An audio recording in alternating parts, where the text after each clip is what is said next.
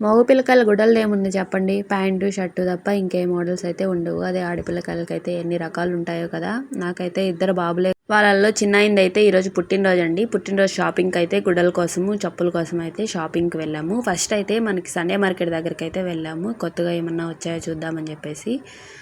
ఇంకా తర్వాత సండే మార్కెట్లో అంతగా నచ్చకపోతే దాని ఎదురుగానే ఉండి ట్రెండ్స్కి అయితే వెళ్ళాము. ట్రెండ్స్లో చూస్తే మనకి ఆ రేట్లకి మనకి సెట్ అవ్వదని చెప్పేసి అయితే బయటకి అయితే వచ్చేసామండి. బయటకు వచ్చిన తర్వాత ఫస్ట్ షాపింగ్ చేయకుండా పొట్టలో ఏమన్నా వేద్దామని చెప్పేసి బజ్జీలు అయితే తీసుకొని తింటూ ఉన్నాము.